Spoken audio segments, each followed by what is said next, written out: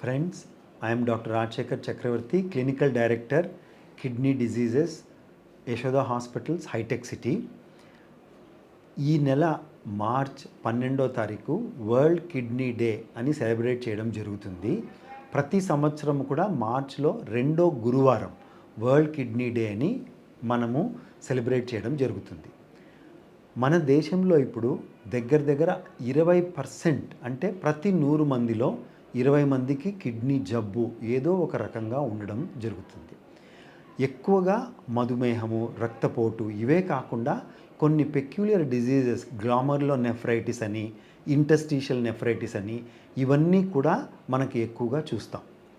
ఎవరికైనా kidney disease అనేది మనం తొందరగా వెరీ ఎర్లీ స్టేజెస్లో పికప్ చేయగలిగితే ముందు ఈ పేషెంట్స్ డయాలిసిస్ స్టేజు, కిడ్నీ ఫెయిల్యూర్కి పోకుండా ఉండే అవకాశం ఉంటుంది. చాలామందికి కిడ్నీ డిజీజ్ ఉంది అని కూడా తెలీదు. ఎందుకంటే అసలు సిమ్టమ్స్ అనేదే బయటపడదన్నమాట.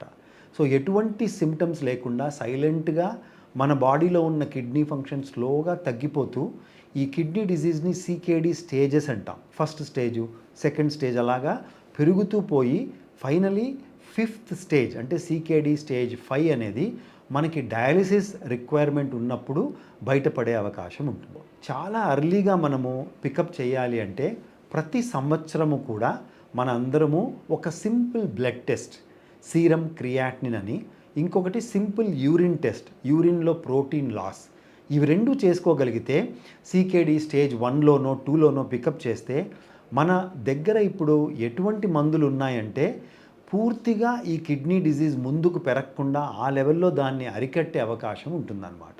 సో ఇదొక్క మెసేజ్ మనము ఈ వరల్డ్ కిడ్నీ డే అందరము డిస్కస్ చేసి, ఒకటి కిడ్నీ ప్రాబ్లం అనేది మన దేశంలో ఎక్కువగా ఉంది. ఈ కిడ్నీ ప్రాబ్లమ్ని చాలా తొందరగా మనం పికప్ చేస్తే ముందు కిడ్నీ ఫెయిల్యూర్కి పోకుండా చేసే అవకాశం ఉంటుంది. ఇవి రెండు మనం అర్థం చేసుకోవాల్సిన విషయాలు. ఎవరికైతే ఆల్రెడీ కిడ్నీ ప్రాబ్లం ఉందో వీళ్ళందరూ కొన్ని జాగ్రత్తలు పాటించాల్సిన అవసరం ఉంటుంది. ఒకటి, ఉప్పు తక్కువ తీసుకోవడం.